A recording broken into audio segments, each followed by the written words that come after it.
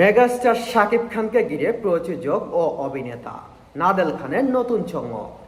এক সময়ের দুপাটে প্রযোজক নাদেল খানের সম্প্রতি শাকিব খানকে নিয়ে তার আগামী মেগা প্রজেক্ট এক্সক্লুসিভ আপডেট দিয়েছেন।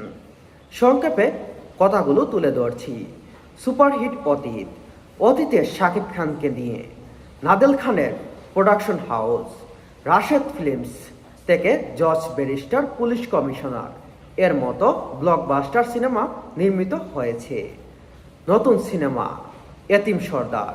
শাকিব খানের বর্তমানে টানা সাফল্য দেখে নাদেল খান তাকে নিয়ে আবারও বড় পর্দায় প্ল্যান করেছেন। ছবিটির নাম ঠিক করা হয়েছে এতিম সর্দার। শুটিং নিয়ে সংখ্যা ও অফার। সিনেমার গল্প ও দুর্গম লোকেশনের কারণে শুটিং করা কিছুটা কষ্টকর হবে।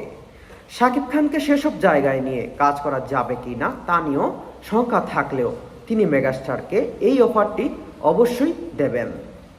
অন্যান্য প্রশংসা হল কমে যাওয়ায় বড় রিস্ক না নিয়ে